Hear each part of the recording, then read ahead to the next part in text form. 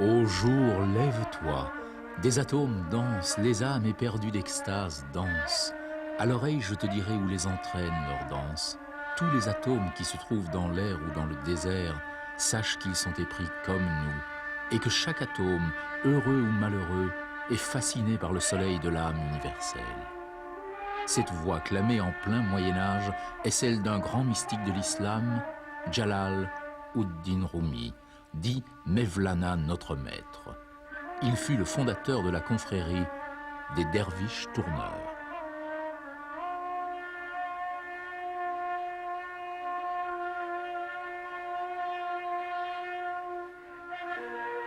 Avec les derviches, autres enfants d'Abraham, nous pénétrons dans un univers fascinant, dans un monde de poésie, de tolérance et d'amour pour Dieu et pour les hommes. C'est ce que l'islam a de plus beau à offrir au monde.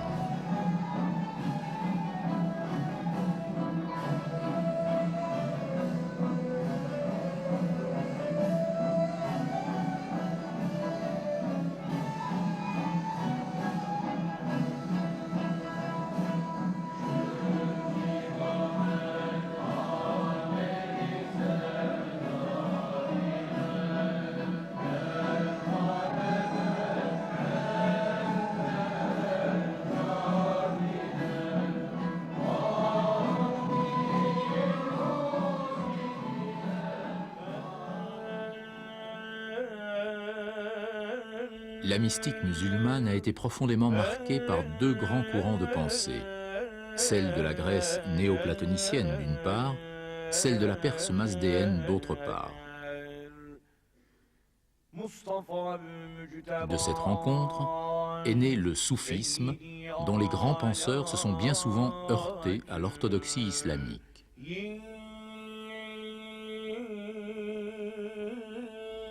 En effet, les premiers soufis pensaient que le message coranique contenait un sens caché, un sens dit ésotérique, qui leur permettait d'atteindre la vérité suprême.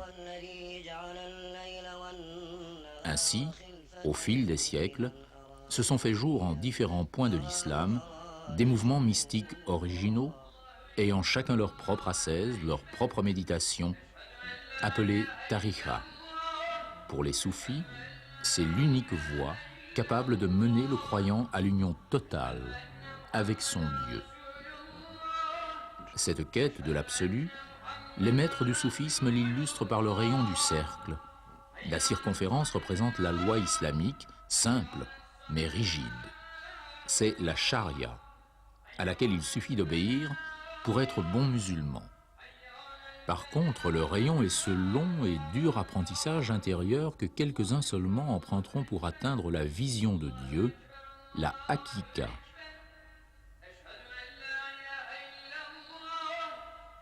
Parmi les tariqas les plus populaires et les plus répandues, celle des derviches turcs, dont les confréries s'étendirent à tout l'Empire ottoman.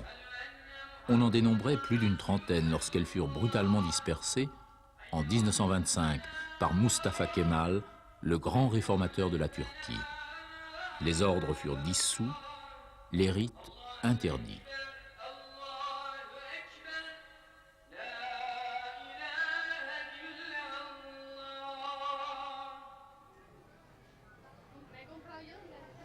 Du jour au lendemain, les tekkés, monastères de derviches, deviennent silencieux. Certains se transforment en musées. Cependant, les pieux musulmans, cherchant à vivre leur foi avec plus de ferveur et d'intensité, continuent de venir se recueillir dans ces musées, sur les tombes de leurs maîtres spirituels. Certains sont restés derviches. Darwish, mot d'origine persane, signifie littéralement « seuil de la porte ». En d'autres termes, cet homme, ce derviche, se trouve au seuil de l'éblouissement, du ravissement de l'âme. Autrefois, il aurait vécu ici, dans une cellule de cet ancien monastère, pratiquant avec les membres de sa communauté les exercices spirituels propres à son ordre. Lokma hakkını evliya keremle gerçek erenler demine, Nur Nebi, Kerem Ali, Keramat-ı Veli Gülbangi, Muhammedi Büyüme Sultan Zülbali, Bir müsünkar Mustafalar bin Hacı Bektaş bildim levranla hüldin.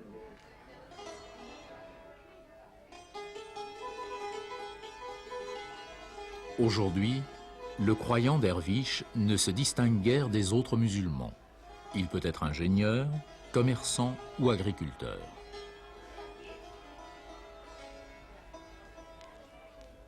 Ce derviche mène une vie de famille comme tout le monde. Autrefois, il aurait eu à subir une période d'initiation longue de 1001 jours avant d'être admis au sein d'une confrérie. Après cette période d'épreuve, il pouvait encore choisir entre l'état de célibat ou de mariage. Le vœu de chasteté l'obligeait à passer sa vie dans un monastère, mais en tant que derviche marié, il ne devait y passer que certains jours de l'année.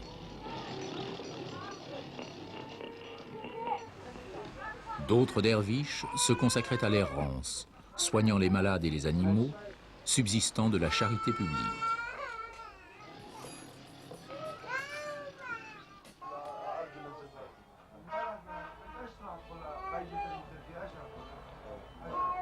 Certains mettent encore en pratique, chez eux, parfois dans une mosquée, les disciplines enseignées par un maître.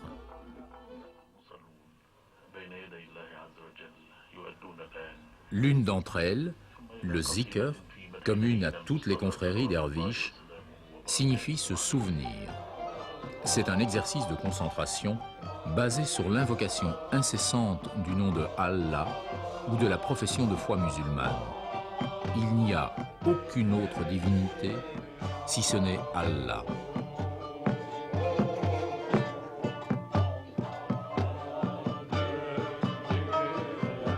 Une fois par semaine, ces hommes appartenant à la confrérie des Halveti s'unissent dans une fraternité d'amour. Derviches, musiciens et fidèles se préparent à la pratique du zikr. Ils entourent le maître, et voici que s'élève la voix du Hafez, récitant inlassablement les sourates coraniques, tandis que chacun des participants se laissera aller à des balancements rythmés.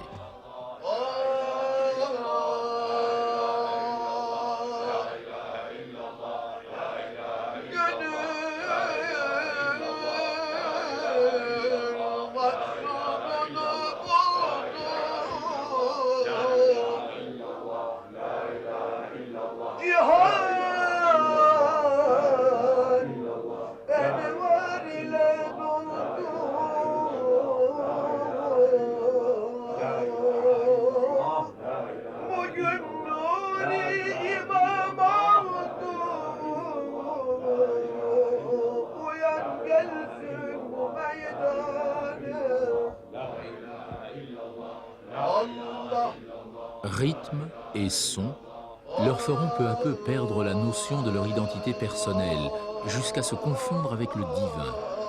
Certains même entreront en extase. C'est la Jadbad.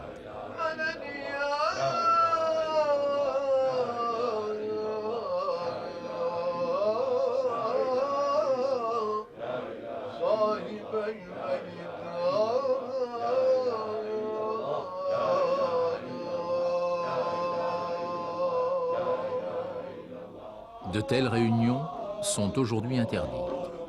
Aussi, les dernières confréries derviches se regroupent-elles pour pratiquer en secret. Et c'est ainsi que ce soir-là, se sont joints à ces derviches halveti, un derviche tourneur ainsi que 3 rifaïs, ceux qui se percent le corps de longues aiguilles.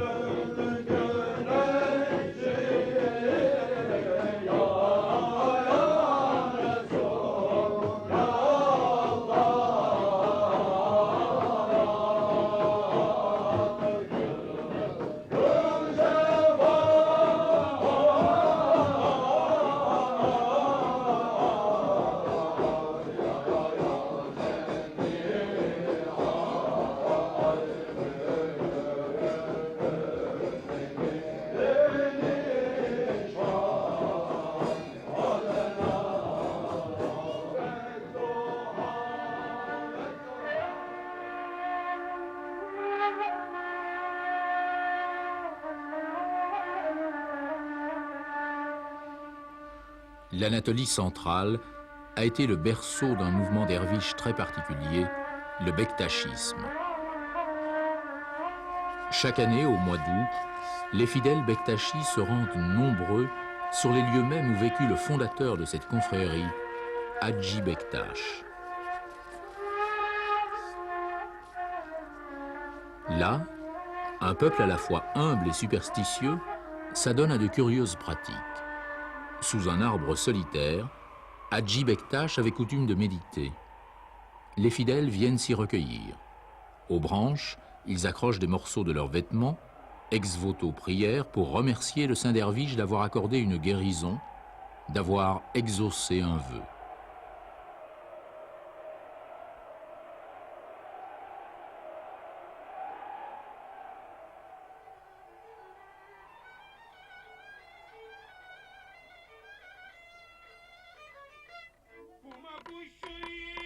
D'autres y enfoncent des clous ou enlacent le tronc en essayant de rejoindre leurs mains.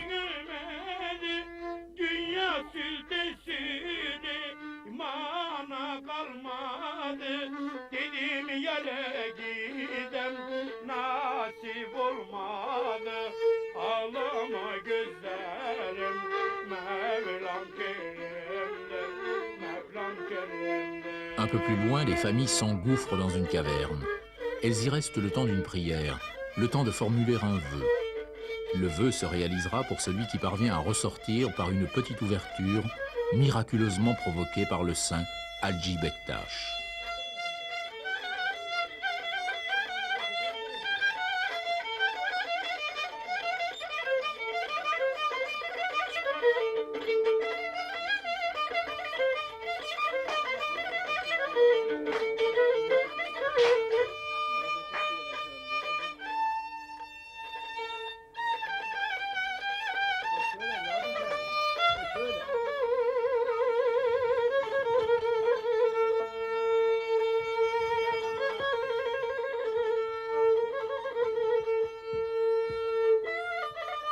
Il y a aussi les rochers aux vertus bénéfiques, ceux qui guérissent les maladies du dos, les rhumatismes.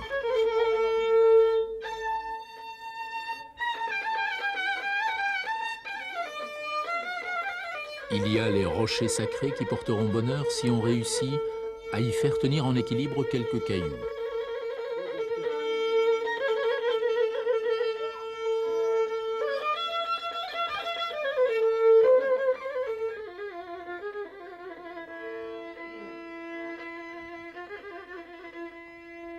Enfin, l'empreinte du sabot du cheval du saint derviche.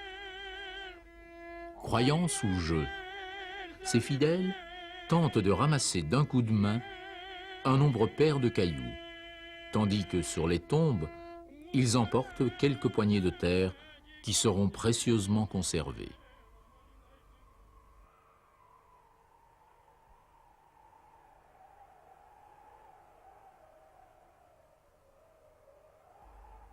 Chaque pierre tombale porte l'étrange emblème des Bektachis, le Teslim Tash, roux à 12 dents rappelant les 12 imams chiites.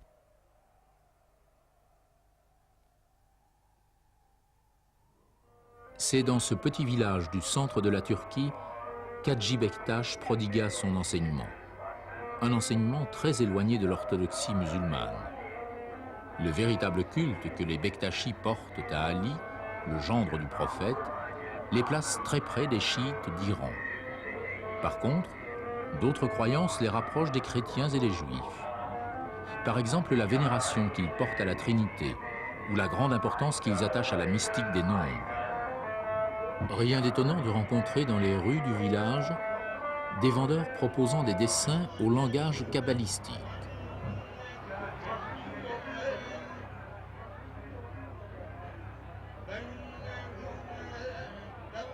D'autres images vantent les vertus d'Ali.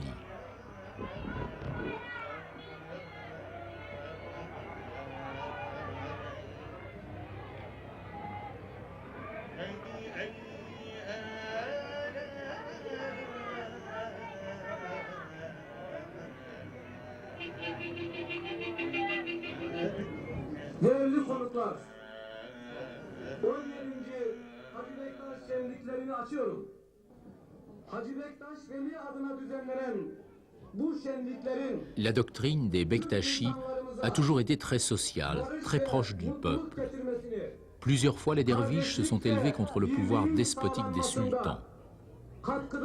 Aujourd'hui, on évalue leur nombre à près de 2 millions en Turquie. Le pèlerinage annuel sur la tombe de leur maître est aussi l'occasion de manifester leur sympathie envers les partis de gauche.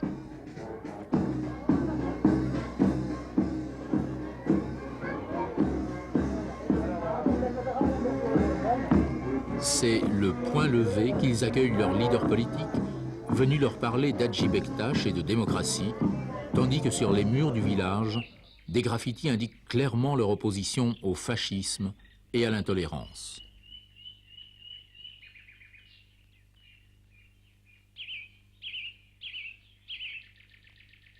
Au début du XIXe siècle, la confrérie des Bektashi fut mise hors la loi par le sultan.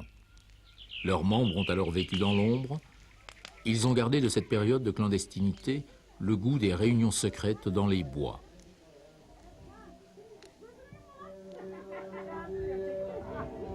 Au cours de ces réunions, ils ont l'habitude de partager le pain et le vin en un repas rituel, sorte de scène d'influence chrétienne. Avec les Bektashi, on est loin de l'islam orthodoxe.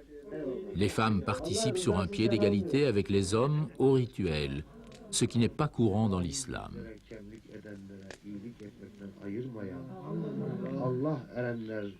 Erenlere insaf veren, cümle taklidimizi tahkike kavuşturan. Anadolu gözcüsü Abdal Musa Sultan, Rumeli gözcüsü Seyyid Ali Sultan, Tuna gözcüsü Osman Mübarek. Hanedir Bektaşiyiz, tahtımız sadrı haraba, hanedir Bektaşiyiz.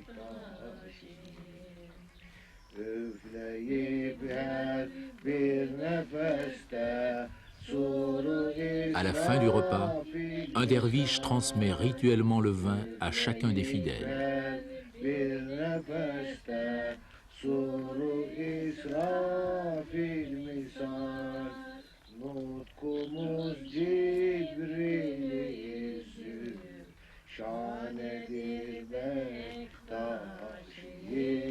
L'univers des derviches est aussi un monde merveilleux, magique, plein de tolérance.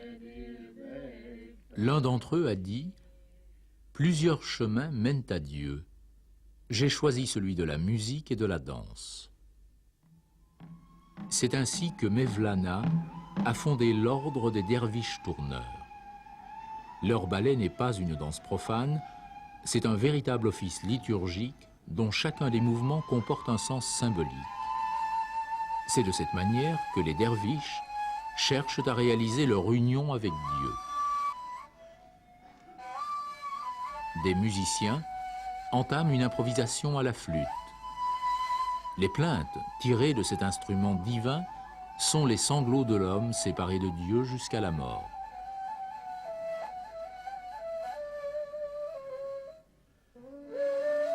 Tandis que les derviches prêtent l'oreille du cœur aux plaintes des flûtes, ils sont brusquement tirés de leur méditation par un enchaînement de l'orchestre.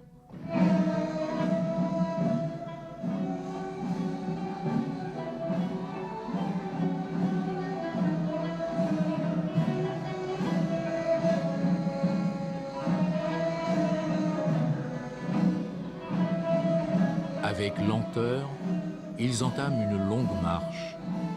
Elle symbolise les 3 étapes qui rapprochent de Dieu. La voie de la science, celle qui mène à la vision, celle qui conduit à l'union.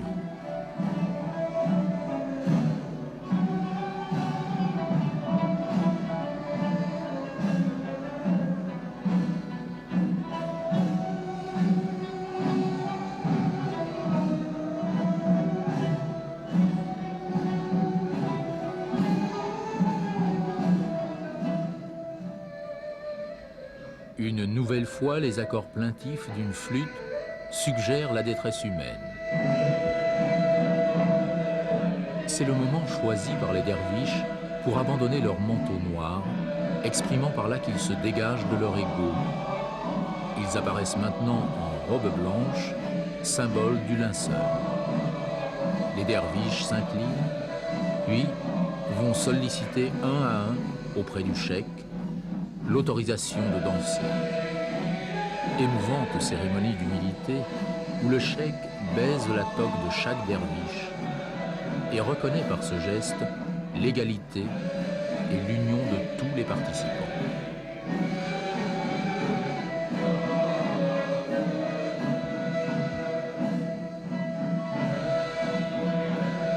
Chaque derviche se met à tourner sur lui-même. Il s'ouvre graduellement en élevant une main vers le ciel pour recueillir la grâce divine, tandis que de l'autre main, abaissée, il dispense la grâce à la terre.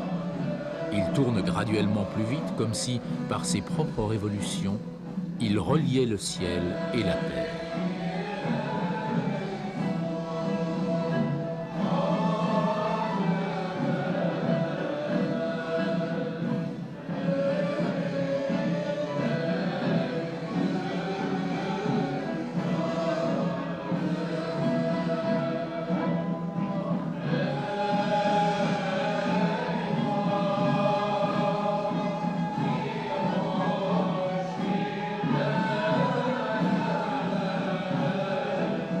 Le derviche est censé établir ce contact en ramenant l'esprit à travers son propre corps jusqu'au sol, cependant que son propre axe et son cœur demeurent absolument immobiles et que son esprit s'élance vers sa source divine.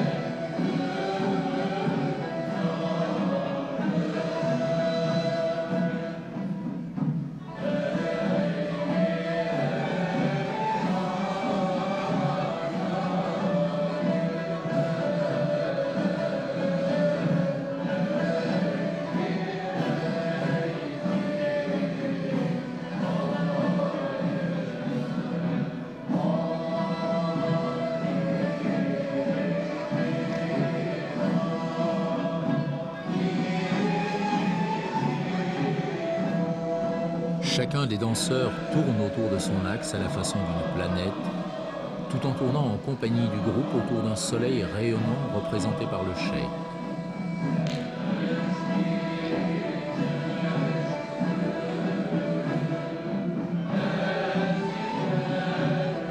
Par la progression de leur extase tourbillonnante, les esprits des derviches montent en spirale vers les orbites célestes et vont jusqu'à l'union avec le divin.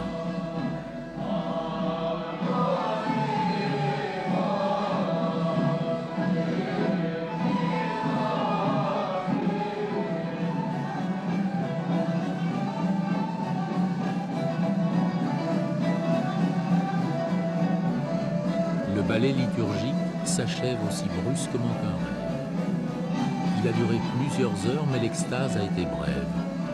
Une dernière fois, le souffle des flûtes fera entendre les souffrances de l'homme séparé de Dieu. Ainsi, lentement, le derviche reprend conscience de sa condition.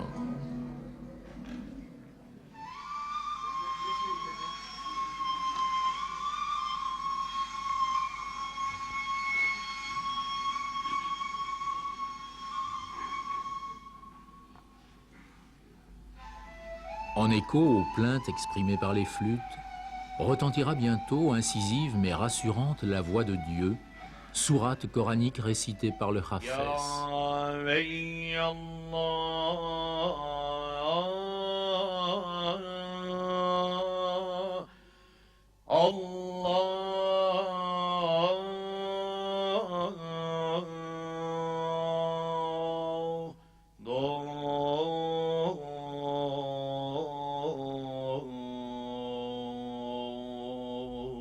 Avant de se séparer, les derviches lancent un dernier appel, l'évocation suprême du nom de Allah, ou qui signifie lui, car c'est vers lui seul qu'est montée cette prière.